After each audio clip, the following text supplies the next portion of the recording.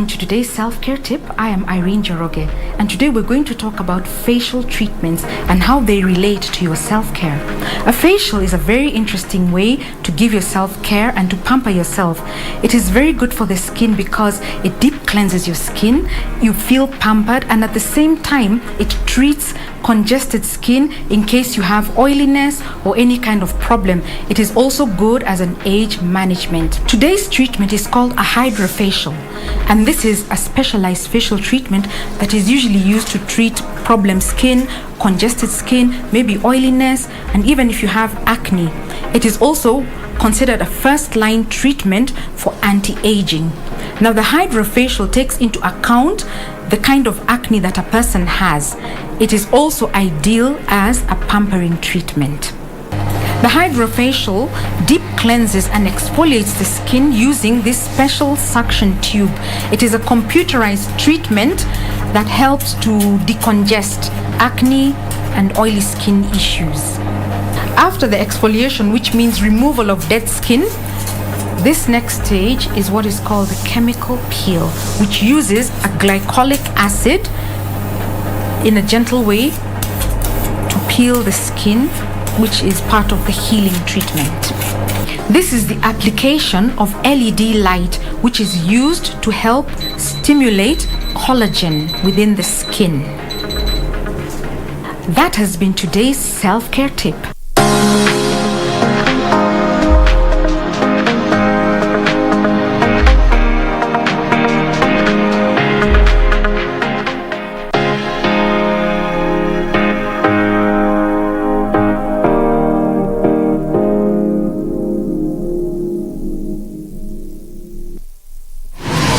Log on to the KBC website at www.kbc.co.ke to get the latest breaking news, entertainment,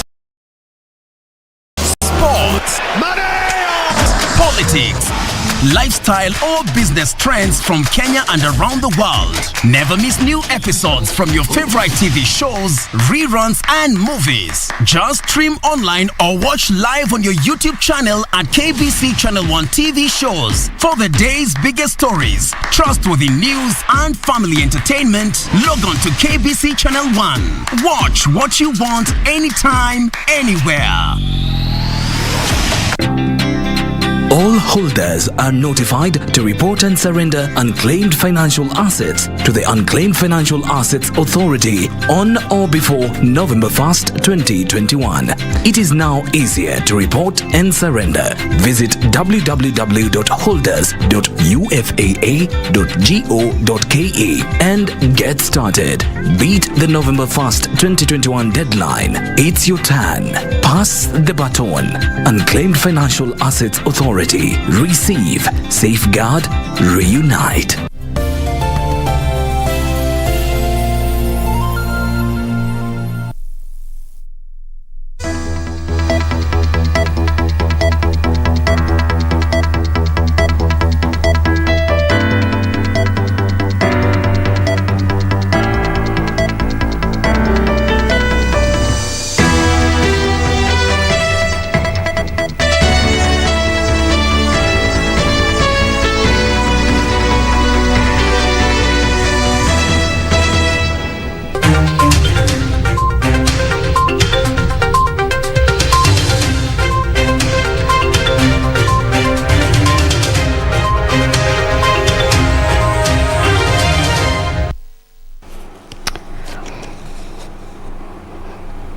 Good evening, welcome to Prime Edition. I am Cynthia Nyamai.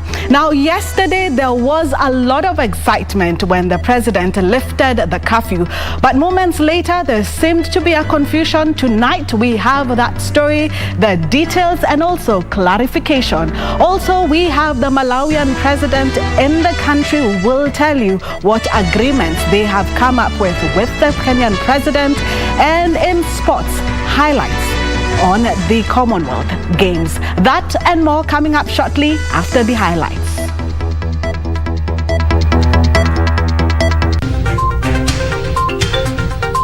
Upon the lapse of the 14 days in A above, without the first respondent having made the appointments, it shall be presumed that his power to make them has expired and his office becomes functus. Ultimatum. President given 14 days to appoint 6 judges. He rejected. We are reverting to closure of bars and restaurants at 11 p.m. or the time allowed by the licensing authorities. Not just yet.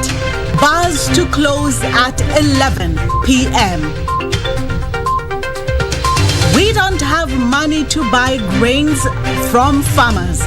National Cereals and Produce Board cries out.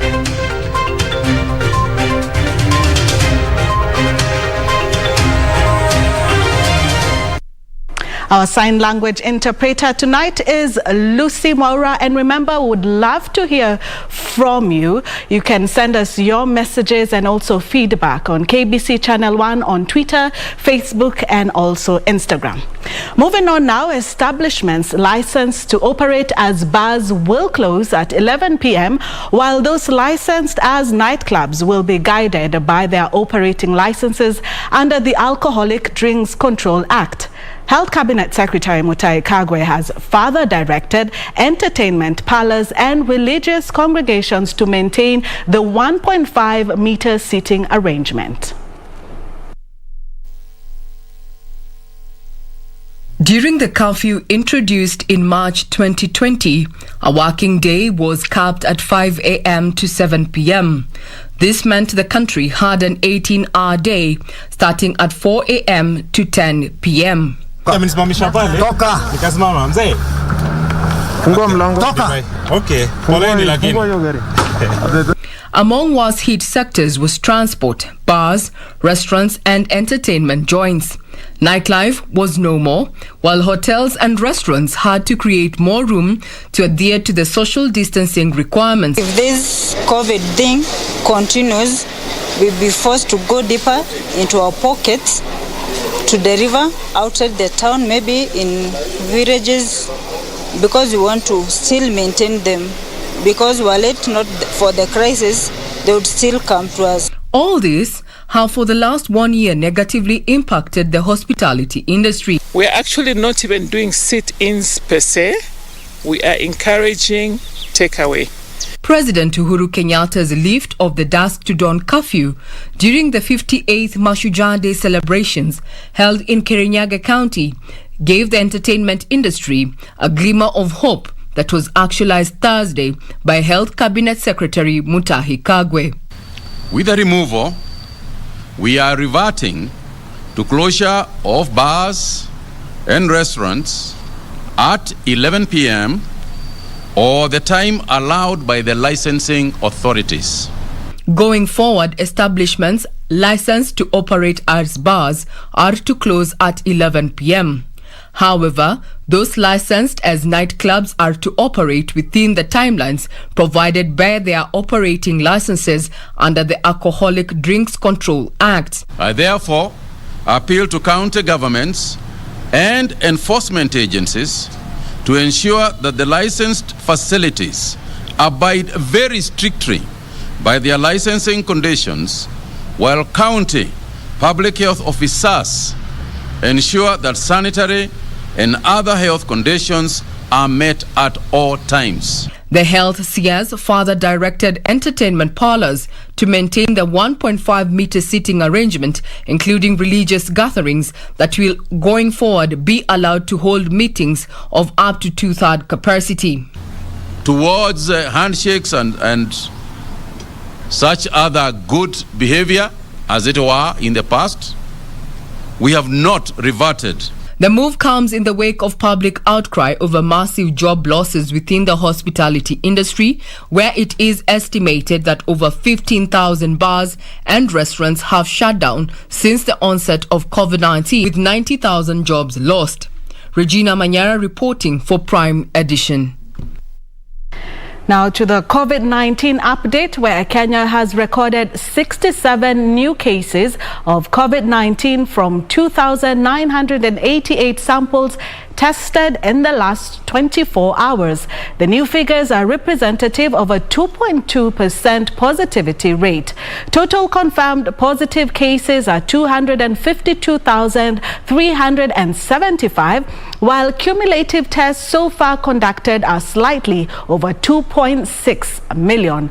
5 more deaths have been recorded, of all of them being late deaths reported after conducting facility record audits in the months of August, September and October. As of October 21st, 4.7 million vaccines have been administered across the country. Globally, over 250 million people have been infected and more than 4.9 million people have died, according to data from the Johns Hopkins University. Now to Scales of Justice, where the High Court has given the President 14 days to appoint 6 judges he had earlier rejected out of 40 recommended by the Judicial Service Commission. In passing the judgment, Justice James Wakiaga, George Dulu and Lawrence Musyoka said the Chief Justice and JCSC should be at liberty to swear in the judges should the President fail to make the appointments. The refusal by the President to appoint 6 judges, as recommended by the Judicial Service Commission, has been faulted by the High Court. In upping the ante, the court has given the President a 14-day ultimatum. That upon the lapse of the 14 days in A above, without the first respondent having made the appointments, it shall be presumed that his power to make them has expired and his office becomes functus so far as the appointments are concerned, and the 6 nominees shall be deemed duly appointed effective from the date of default as judges of the superior courts for which they were recommended. Katiba Institute had moved to court to challenge the decision by the head of state to oppose the nomination of Joel Ngugi, Jojo Dunga, Agri Mushelule, Weldon Korir, Judith Omange and Chief Magistrate Evans Makori. Meanwhile, Migori Governor Okoth Obado and his 4 children, alongside others, took fresh play in the 73.5 million shillings graft allegations. Obado and his co-accused have been charged on 25 accounts, including unlawful acquisition of public funds, money laundering, and unlawful acquisition of public property. The case will be mentioned on the 8th of November 2021. For Prime Edition, I'm Serafina Robbie. President Uhuru Kenyatta and Malawi President Lazarus Chakwera have signed agreements touching on cooperation in health, tourism, trade and defense. Speaking at State House, Nairobi, President Kenyatta, who hosted the Malawi president, said Kenya is committed to strengthening existing relations between the two countries.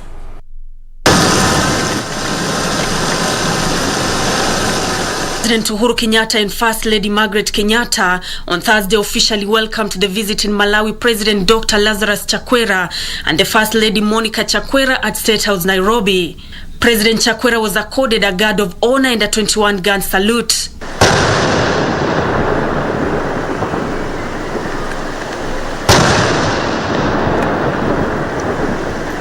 After hours of bilateral talks, the leaders agreed on 8 instruments touching on cooperation in trade, tourism, health, defense, diplomatic training, among others.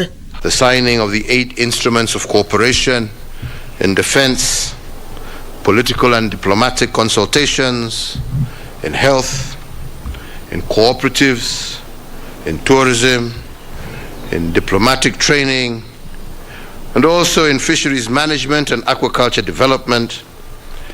All these herald a new dawn in Kenya-Malawi bilateral relations that without doubt will be dominated by years of success, I believe, and progress. And now that there is a ratified African Continental Free Trade Area that we are set to fully leverage to ensure that the future we are working towards is one of shared prosperity, I believe that these agreements are a sign that the best days of our kinship are yet to come.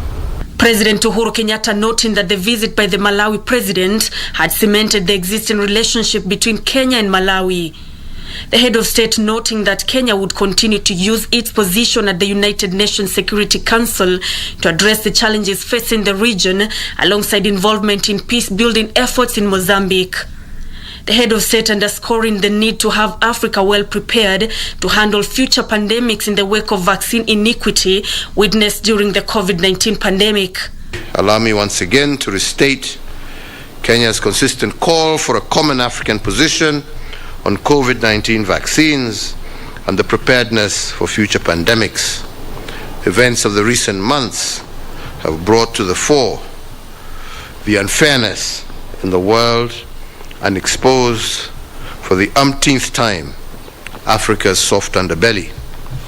The Malawi president arrived in the country on Tuesday for a 3-day state visit. Nancy Okware, Prime Edition. DiEM leader has hit out on those criticizing the stipend he is promising voters. That story and much more coming up shortly after the break.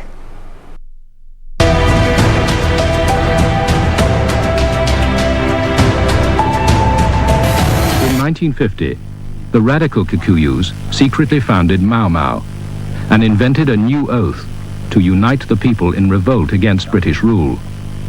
Young militants used Kenyatta's party, the Kenya African Union, KAU, as a cover. We had oathing places in Nairobi and other areas.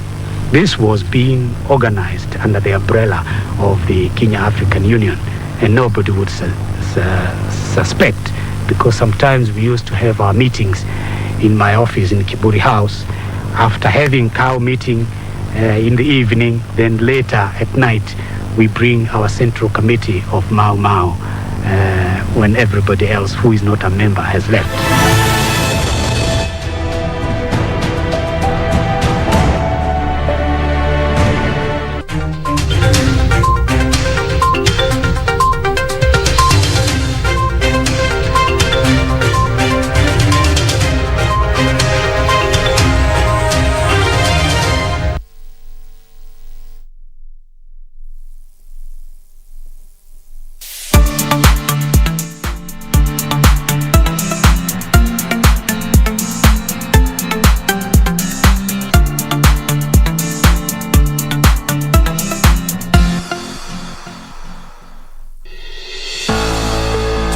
Dead in the last 9 months and 19 collapsed buildings. This is the mess in Kenya's construction industry, and the blame game continues.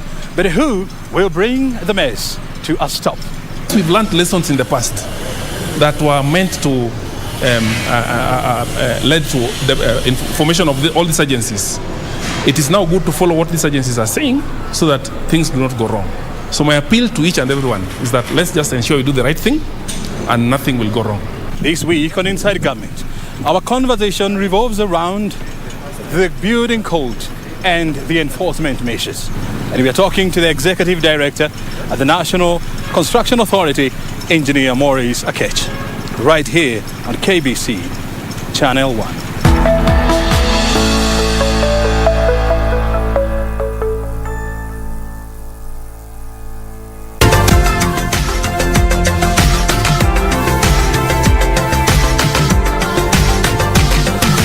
About the importance of ensuring that you're disciplined, to a healthy lifestyle. When it comes to diet, they say you are what you eat, and actually that's the truth of it. Because actually whatever you eat, it dictates your nutritional status. Sometimes you may be very consistent and disciplined, but the results are not coming so fast. What should motivate me to keep going for 6 months, 8 months? I'm still, holding on to this. And most of the time, these foods are not so interesting. When it comes to weight loss, you're not going away from the food that you're used to. It is the same food that you're used to, but now you're eating with discipline.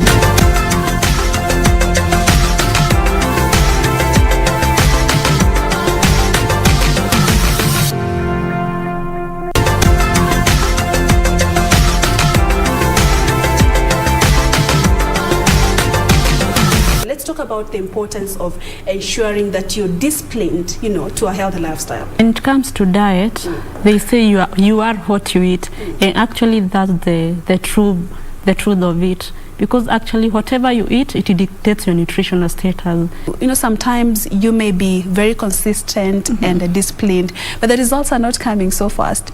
What should motivate me to keep going for 6 months, 8 months? I'm still, holding on to this. And most of the time, these foods are not so interesting. When it comes to weight loss, you're not going away from the foods that you're used to. It is the same food that you're used to, but now you're eating with discipline.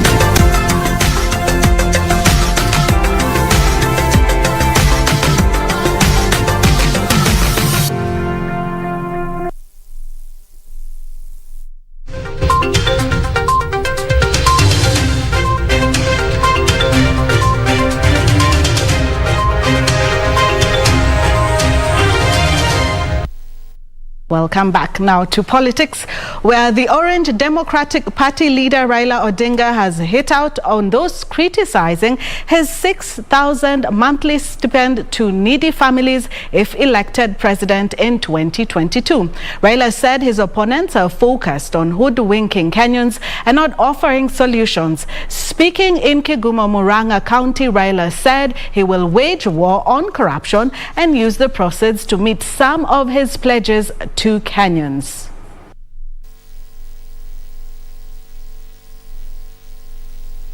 Wengine wanasema tu hiyo ni porojo. Mimi nasema hiyo ni ahadi. Ahadi ni nini? Huyu amesimama na sisi when things were very tough. This time round, I believe it is a God's time for Baba to become the president of the Republic of Kenya. Baba ndio ataweza kuwarudisha hao watu kwa machamba yao. Ndio tumuunge Baba mkono. Deputy President William Ruto says the 2022 political contest will be between Hustler Nation and proponents of the trickle-down plan. Ruto argues that handout mentality is not sustainable.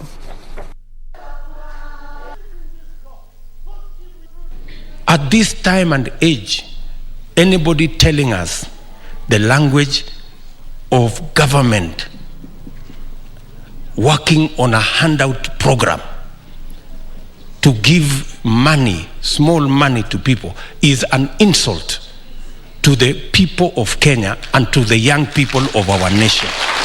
We are saying we want to elect him because of the vision, because of the focus, because of the track record, because of the difference we want him to make in our great republic. And that is the kind of politics we want to sell in the Republic of Kenya. The Independent Electoral and Boundaries Commission has initiated user-friendly processes for the registration of persons living with disabilities as voters. The Commission's chair, Wafula Chebukati, says the move will enhance their participation in the forthcoming general elections and other democratic processes. Your institutional commitments. The Independent Electoral and Boundaries Commission is stepping up efforts to ensure it meets its target on the ongoing mass voter registration exercise.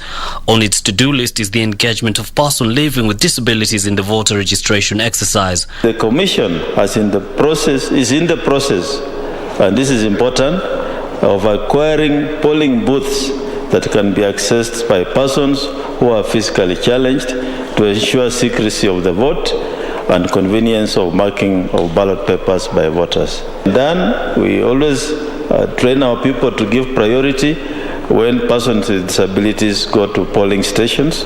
IEBC Chairperson Wafula Chebukati says the Commission is committed to the formulation of policies that support PWD's participation in the electoral process. Article 27 also pronounces itself in the Constitution of Kenya that no Kenyan should be discriminated as far as participation in public life and in elections included. There's no Kenyan that should be discriminated. 3 weeks into the exercise, many Kenyans are yet to hit the call. Wiper Party leader Kalonzo Musyoka says all eligible Kenyans must enlist as voters. I wish to take this opportunity to urge you fellow countrymen to come out and register as voters in large numbers. Your vote will undoubtedly determine your future, that of your family, your dependents, indeed, that of your country. IEBC is targeting to register 6 million new voters. Yusufar reporting for Prime Edition. Indeed, no Kenyan should be discriminated against. Now, moving on, human rights advocacy groups have called for speedy investigations into the killing of 4 women in Marani sub-county in Kisii County, where the alleged involvement in witchcraft.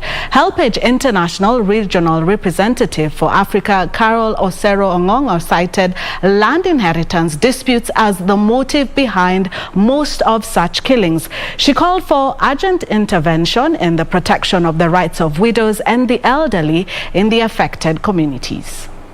Human rights defenders have raised concern over the rise of killings of elderly persons accused of involvement in witchcraft.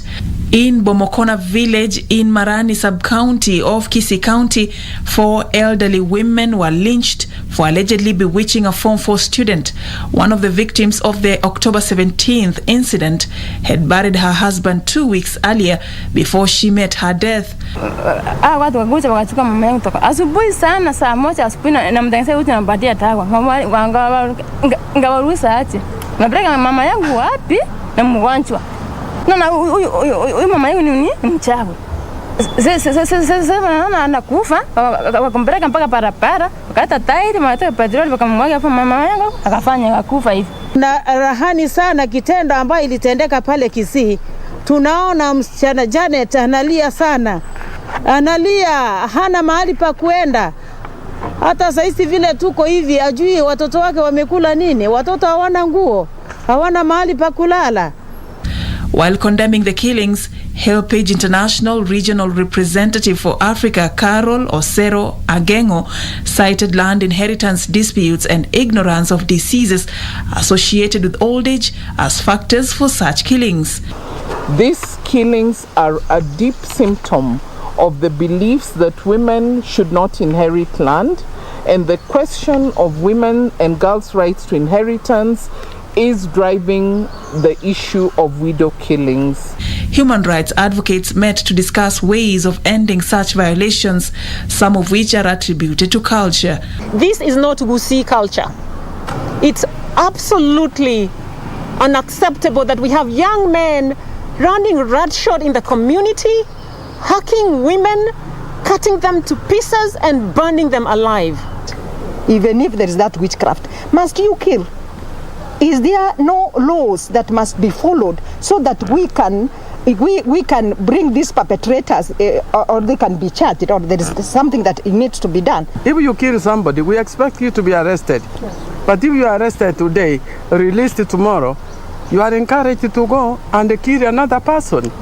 Most of the people will be afraid to come out and give witnesses, of course, because of the context and because of how prosecutions have been done before. So we also invoke the ODPP and the Witness Protection Agency to make sure that the witnesses that are willing to come out are protected and there is justice served. 7 people have since been arrested over the women's killings. For Prime Edition, I'm Safin Acheng Oma. Thank you, Safin, for that story that is deeply disturbing and unacceptable. Now, moving on, pupils in West Pokot County have benefited from the early childhood development education by the county government of West Pokot in a bid to curb malnutrition and hunger situation in the county. The feeding program, started 3 years ago, targets 503 ECDE centers across the county. West Pokot County Governor Joseph Lonyangapuo said the ECDE program forms an integral part in providing a solid foundation for children in their onset years of education. He said that the hunger situation in the county has affected learning activities for school-going children. Meanwhile, the Phoenix Women's Rights Organization has toured St. Angela's Mumia Secondary School to sensitize girls on their rights as well as donate sanitary pads. Speaking after the occasion, one of the group's members, Wendy Apio, said that such schools had been neglected and they took it upon themselves as an organization to offer the much needed help. Kuna gap chenye tumesahau, the vulnerable kids, those who can't listen, those who are blind, those who can't move. Na unapata hao ndo wako na challenges sana, juu hao ndo wanarepiwa. Elsewhere, Maendeleo Chap party leader and 2022 presidential aspirant Alfred Mutua has urged political leaders not to overindulge in campaigns at the expense of service delivery to the public. The Machakos governor told politicians to first account for what they have done before seeking to be elected. I'm calling upon all leaders of the Republic of Kenya to remember that we are servants employed by the people who pay our taxes, and that our work is not done. We are supposed to serve until after the elections of 2022. We are receiving our benefits and our salaries. Therefore, I call our politicians to speak less and work more. Reporting for Prime Edition, I'm Omboy Otiende.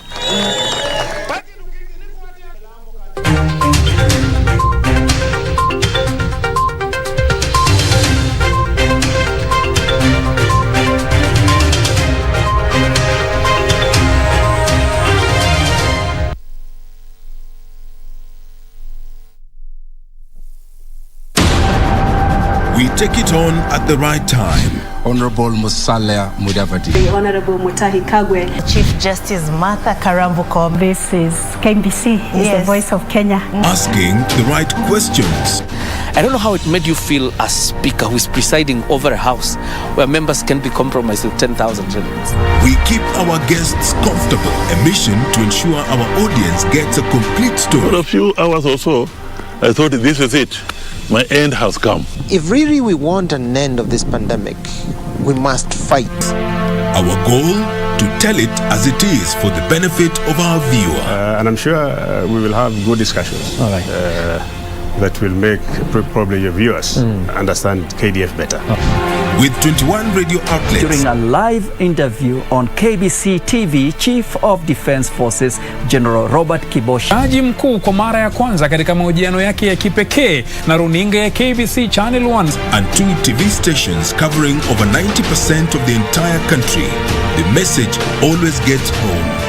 KBC, the home of on-air TV interviews. Hi, my name is Sharon Obara, Miss World Kenya 2021. Be sure to catch my conversation on KBC Channel 1 alongside the beautiful Shiksha Aurora on Easy Fridays. See you then.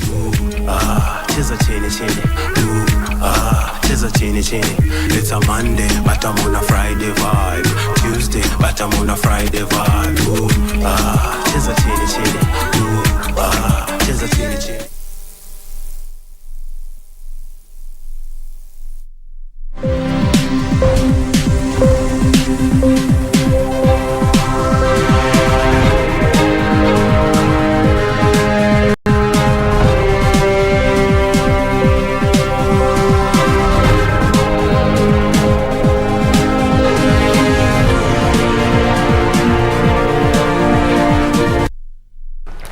Welcome back, and now let's catch up with today's business stories. The National Cereals and Produce Board says it has no money to restock the depleted National Food Reserve, even as farmers in grain-growing countries count losses of spoiled produce. The NCPB Managing Director Joseph Kimote says the board requires 10 billion shillings to buy grains and produce from the farmers. And as Kevin Washira reports, the MPs are taking issue with the National Cereals and Produce Board for prioritizing paying non-strategic actors instead of buying grain from farmers. The National Assembly Agriculture Committee invited the National Cereals and Produce Board to explain why they were not buying maize and other grains from the farmers whose harvest was being spoiled by the rains. NCPB informed MPs they had no money to buy the grains and required at least 10 billion shillings to restock the depleted National Food Reserve. I expect you to tell us now that this is the price we are buying maize at, so that farmers cannot leave their maize to get rotten, as ranking member has said, and the other honorable members have also said, that what is happening to you, because the wheat season is over, the maize season is almost getting over, we are going to December, and yet you have not even bought one grain of maize. For strategic, we cannot participate without funding from government. I think we need to be very clear on that. We must get funding from Treasury. There must be a government position that NPP is going to be utilized to buy strategic food reserves from the farmers of this country. NCPB was taken to task for failing to account for 12 billion shillings for buying grains from farmers, which it acquired when it took over functions of the dissolved Strategic Food Reserve.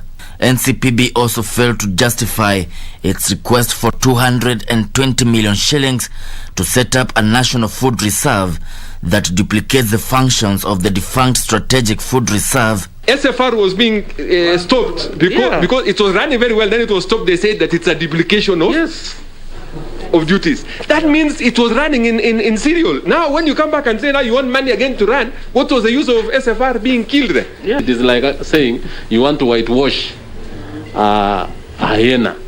By just changing the colors, it will still remain the same. Because if you have closed SFR chairman and you want to use 220 million for administrative cost to establish NPR, which is still the same issues that you are doing, surely this year we are not ready for this. The board, however, asserted its efficiency, saying they had paid farmers who had supplied maize last year, except the ones yet to be cleared by EACC. We have paid all the farmers. Show me one we have not paid. There isn't even one. There isn't. Let's be given a chance, if we need more details, to avail, but we have done the right thing. Kevin Washira, Prime Edition. Still in agriculture, where players in the agriculture sector are optimistic, the additional 5 billion shillings funding the sector will boost the industry. President Uhuru Kenyatta yesterday allocated the funds under the COVID-19 stimulus package. The funds will go towards implementing key reforms in the agriculture sector and payment of farmers' dues. Last year, the agriculture sector received 4.5 billion shillings in the 53 billion shillings stimulus package, with 3 billion shillings used to strengthen the e-voucher system. 1.5 billion shillings was set aside to revive the flower and horticulture sector that had taken a hit due to travel restrictions and the closure of key international markets. This year, the sector has received an additional 5 billion shillings in a bid to revive the sector's value chain. More funds to be availed to AFC so that the farmers who require this support can get that. Because AFC is one institution which can give farmers financial support with an interest rate of 10%. The cost of tea production is set to reduce as the government will subsidize fertilizer by 1 billion shillings in a bid to reduce the cost of fertilizer from the current high of 3,000 shillings. The National Treasury will allocate 1 billion shillings to support the fertilizer subsidy for our small-scale tea farmers. On the other hand, sugar farmers will start receiving their delayed payments after the President directed the National Treasury to allocate the sector 1.5 billion shillings that will also be used for maintaining government-owned millers. To safeguard the livelihoods of farmers within our nation's sugar belt, I direct the National Treasury to allocate an additional 1.5 billion shillings in aid of the sugar sector that will be appropriated towards factory maintenance and payment of farmer arrears. An additional 1 billion shillings has been set aside to assist in implementing reforms in the coffee sector. The Kenya Meat Commission is expected to register increased activities as 1.5 billion shillings will be allocated towards the offtake program to protect herders from losses as drought continues to ravage different parts of the country. I don't think it is really good, whereas a father of the house, you get your neighbor feeding your children and you are still having the ability to do that, and the shamba is there, the weather is good. It's only a few policies here and there, so those policies must be put in place. The Ministry of Agriculture is also expected to outline a roadmap on measures aimed at reducing the cost of animal feeds. The feeds were going for an average of 3,000 per bag for a 50 kg bag. Now, the feed had risen up to between 36 3,600 Kenya shillings to 4,000 Kenya shillings. Benson Droba reporting for Prime Edition. Thank you, Benson, for that report. Now, pension scheme providers are being urged to diversify their investments in a bid to revitalize the sector that was negatively impacted by the pandemic. Kenya Pension Fund Investment Consortium says pension providers need to venture into asset classes financed by private equity to realize the competitive, stable returns offered by local investment opportunities as opposed to traditional assets investments. Your first reaction is typical. With over 1.4 trillion shillings worth of investment available in the pension fund market, fund managers are appealing to scheme managers to localize investments tailored by private entities in the country. To increase the activity and the participation of the local market into our own local opportunities so that we can not lock out any foreign investment, but so we can partner and we can co-invest. Investors argue the various opportunities will multiply individual scheme returns compared to traditional investments. We're encouraging our clients to basically look beyond the traditional asset classes which have existed, and I think there's a couple of the reasons for that. First of all, to diversify.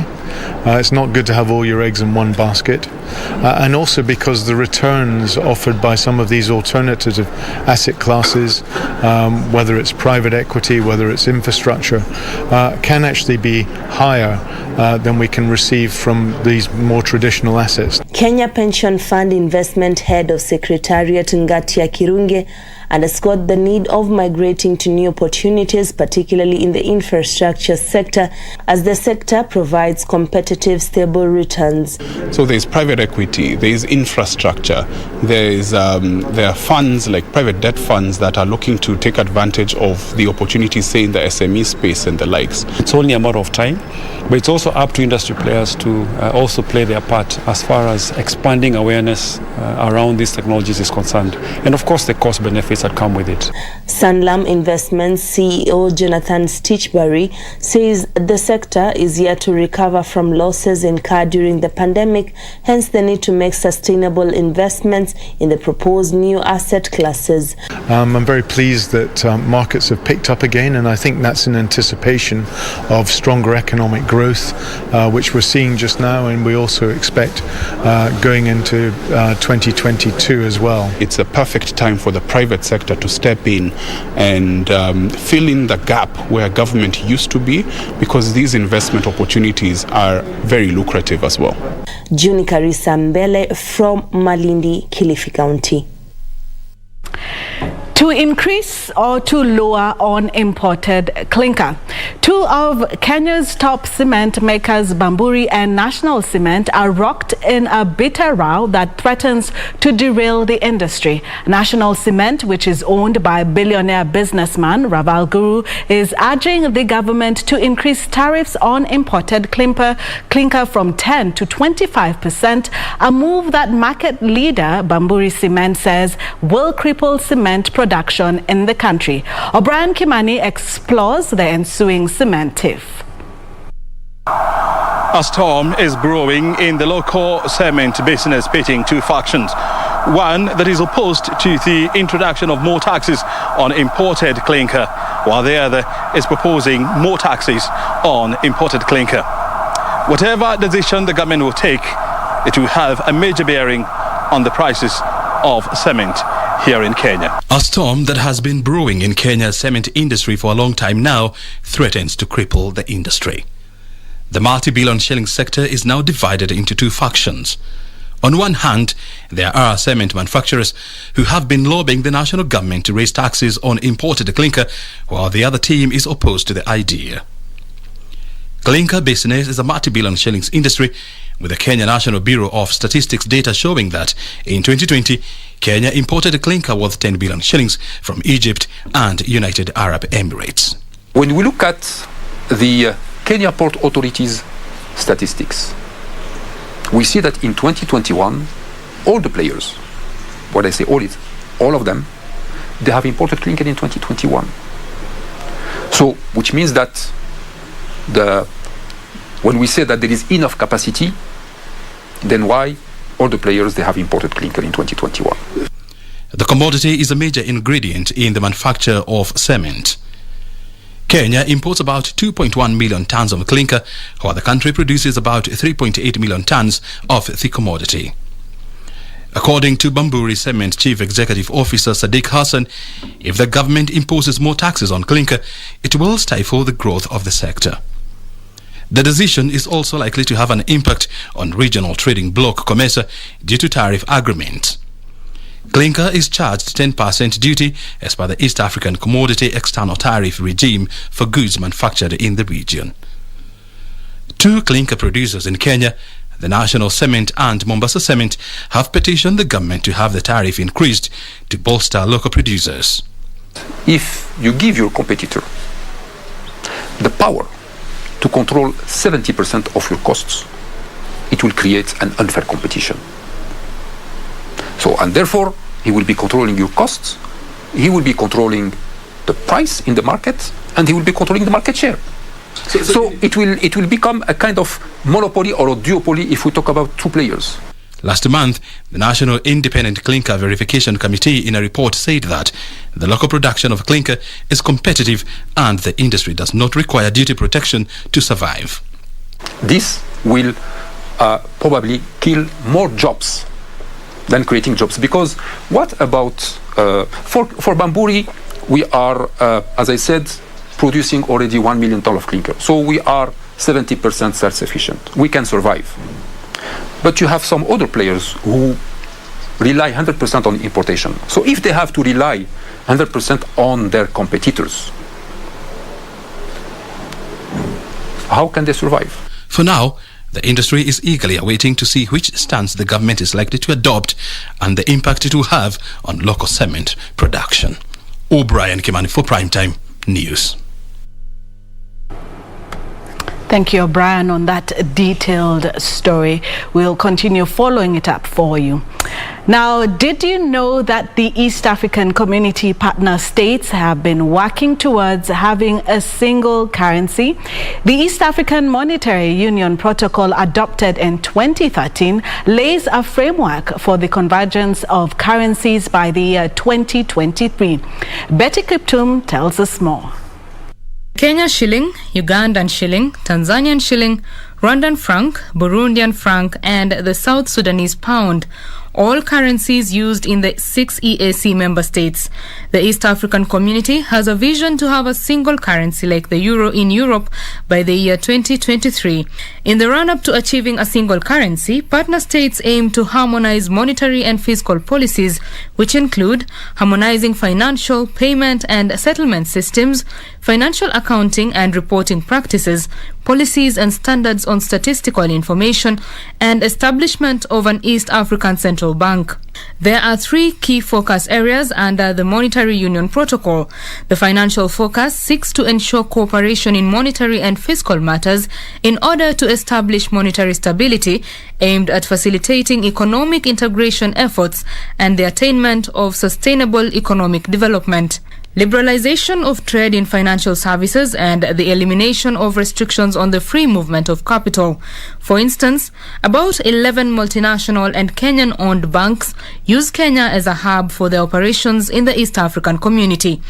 The 4 Kenyan banks with branches within the region are KCB, Equity Bank, FINA Bank, and Commercial Bank of Africa. Tanzania's CRDB Bank commenced operations in Burundi in 2012. The integration of the EAC stock exchanges commenced in 2012. The total market capitalization for cross-listed shares stands at about $2.88 billion, with 99.84% being taken up by the Nairobi Securities Exchange, while 0.16% is shared between the Dar Stock Exchange and the Uganda Stock Exchange. Second is investment promotion and private sector development. This is geared towards providing an enabling environment for the private sector to take full advantage of the community through the promotion of a continuous dialogue to help create an improved business environment and enhancing investor confidence in the region. Third is trade, which involves rationalizing investments and use of established industries to promote efficiency in production as well as harmonizing trade.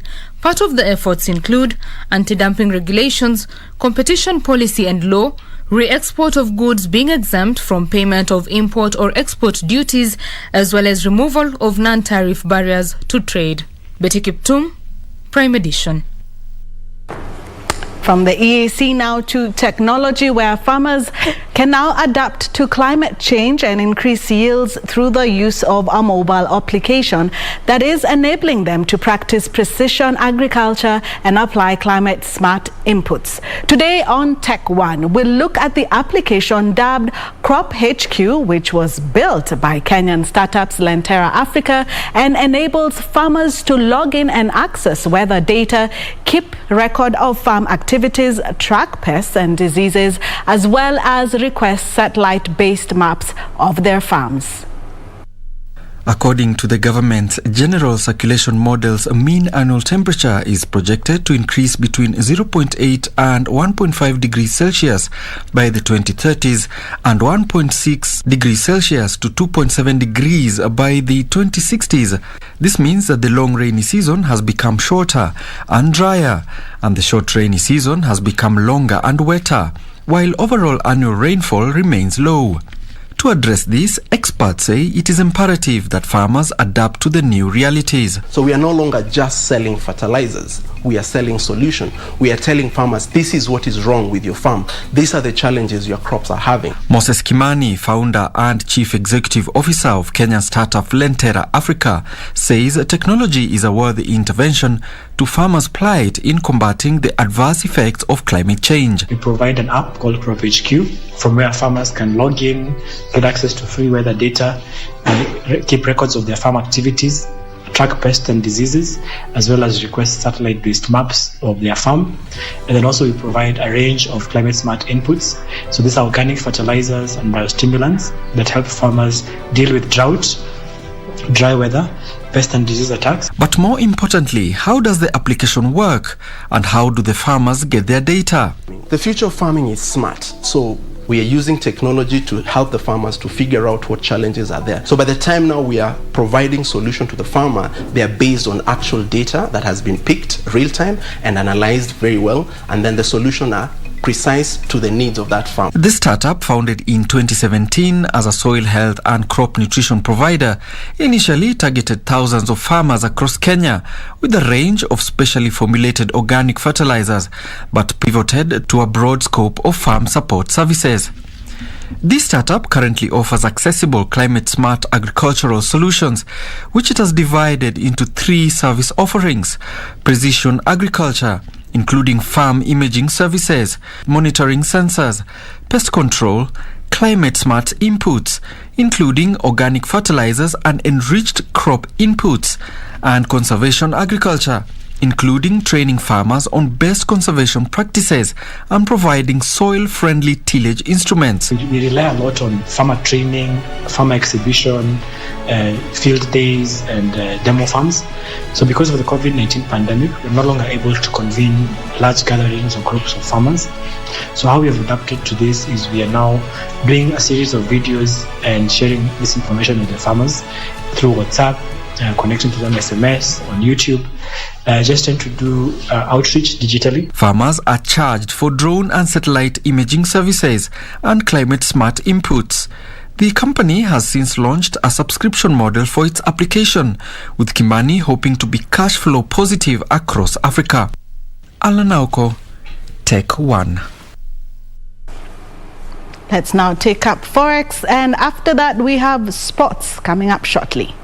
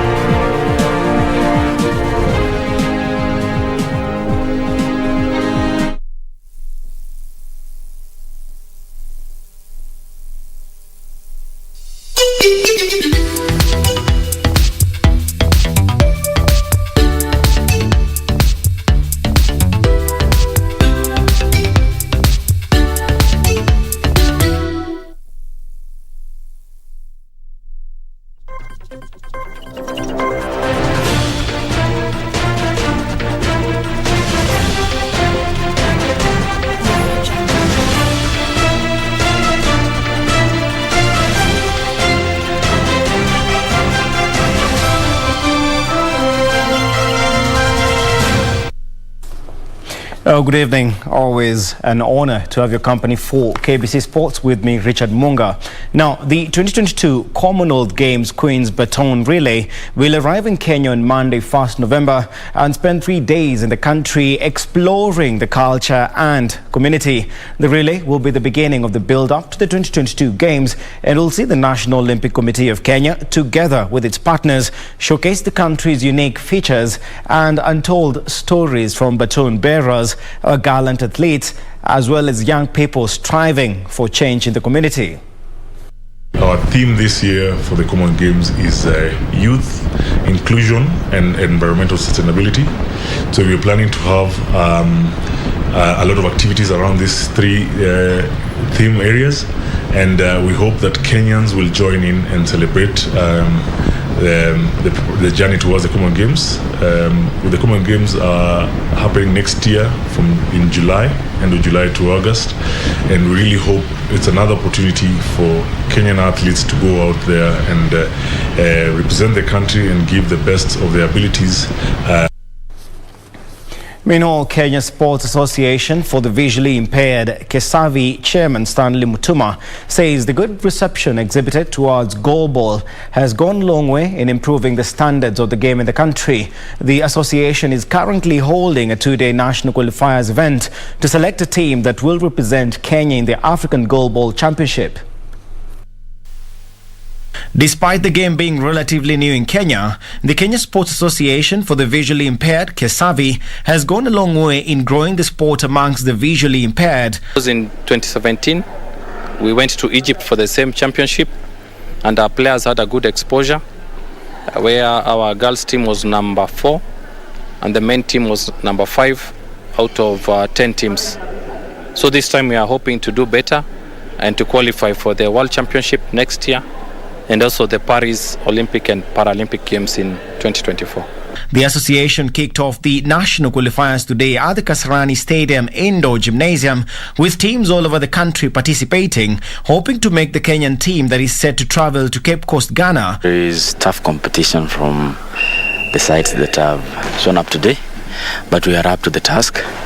The game is quite new to us, but we have hopes we're going to make it. God willing, maybe we get a player joining the national team to represent us in the All-African Goalball Championships that are yet to come. For the African Goalball Championship, the qualifiers will come to a close tomorrow, with the federation hoping to pick 6 men and women for the Continental Show. Also, Ethiopian ambassador to Kenya, Meles Alim Tiker, has called on all elite athletes to show up in large numbers in the upcoming Great Ethiopian Run that is slated to take place on November 14th this year in Addis Ababa. Olympics champions Faith Kipyegon and Alex Kimboi are among the guests who have been invited. Speaking at a press briefing in the Ethiopian embassy, Ethiopian ambassador to Kenya, Meles Alim Tiker, stated that the Kenyan athletes have been his main motivation, and he will be happy to see some elite athletes take part in this year's event. We believe Ethiopian athletes are strong because of Kenyan's challenge. And I hope many Kenyan elite athletes, after having prevailed over their compatriots, their biggest headaches are Ethiopians. Tiker also called on partnership between the sports department from both countries to unite and organize a one event, which will see both countries display their talents. In the last 19 years, the race has gone from strengths to strengths. In 2019, we had a maximum of participants of 45,000. His words were echoed by the area manager, Mrs. Tigist Teref, who assured that COVID-19 protocols will be adhered to ensure the safety of the players. The Great Run always attaches itself to one social cause, Go Green Initiative, and this year the tagline, the motto is Poo to the Loo. It's a kind of advocating public health by appropriate and proper use of public latrines. The event, which will take place on date 14th of November, will see Kenyan athletes Faith Kipyegon and Alex Kiplimo Kemboi invited as guests. The athletes who will take part will not be released all together, but will be released in 3 waves. For Prime Edition Sports, I'm Daniel Mwendwa. On to other matters now, whereby Congonets basketball team emerged the champions of the Mashujaa Day basketball tournament organized by Kenya Basketball Federation Mombasa branch after winning 25-14 against Mombasa City Thunder. The one-day tournament was played at Makadara grounds to launch the newly constructed basketball pitch at a cost of 1.5 million shillings. Congonets beat Mombasa City Thunder 25-14 to clinch first position during the one-day event, which brought together 6 teams including Mbaraki Pirates, Mtopanga Finest, Congonets, Mikindani Pacers, Mombasa Thunder and Young Nets. During semi-final 1, Congonets beat Mbaraki Pirates 30-22, while Mombasa City Thunder beat Young Nets 24-10 in the second semi-final to qualify for the finals. Winners Congonets and runners-up Mombasa City Thunder each received a trophy, jerseys and medals, while the rest of the teams each received jerseys for their players. Tuwashukuru kwa vile vijana wa hapa wameweza kujitokeza, timu ya hapa imeweza kuwa formed, iko tayari na iliweza kucheza leo baina ya timu ya Mombasa Def na wameweza kushinda.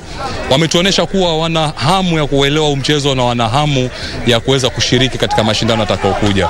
During the event, which was used to launch a new pitch in the area, Kenya Basketball Federation Vice Chairperson Hilmi Ali lauded the initiative, saying it will go a long way in rehabilitating the Mombasa youth who have been entangled in the web of drugs and substance abuse. Sisi kama chama, mimi kama Hilmi naweza kuleta mkufunzi hapa, anaitwa George Pewa, kwa jina lingine la kuslimu anaitwa Abdurrahman. Anafanya kazi na hawa vijana na work nao kila siku, na tutakuwa na wao kwa kila hatua ya basketball yao mpaka pale watakapofika wanaweza kujisimamia wao wenyewe. Hilmi said the new facility is lacking players, changing rooms, lavatories and shade canopies, and called upon well-wishers to help in the construction of the remaining facility. Internationally, Croatian forward Nikola Vlasic is in line to start for West Ham United when they host Belgian side Genk in a Europa League match as he aims to net his first goal for the Hammers. West Ham last played against Belgian opposition in 1976 when they lost the Cup Winners' Cup final against Anderlecht. Meanwhile, Manchester United came from 2 goals down to beat Atalanta 3-2 and top Group F in the Champions League.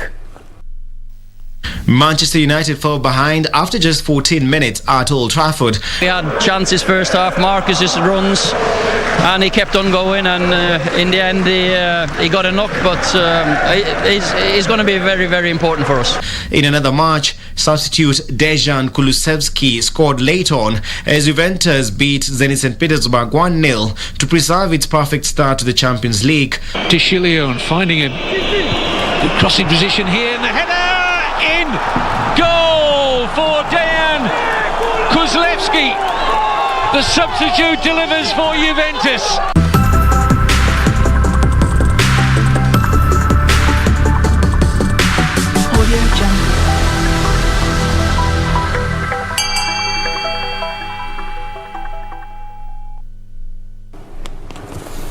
Well, that's all the time we had for sports tonight. Cindy, anything to add on to that? Just to say thank you, but and one question. Are you on the hashtag Ole Out? At the moment, City, I'm on the fence at the moment because, sometimes good results. He almost ruined our Mashujaa Day celebrations yesterday, but, yes. United Kings of Comeback, no surprise really. So, were you watching the game? I did. But I knew you'd also give me the highlights, so I didn't finish. I was busy celebrating. what the president said about the curfew. Yes. Yeah, actually, people should actually be responsible. Doesn't mean that COVID is over. So. I was not irresponsible. Well, that's it from the news desk. Do have a good evening. Do enjoy the rest of your day. Good night.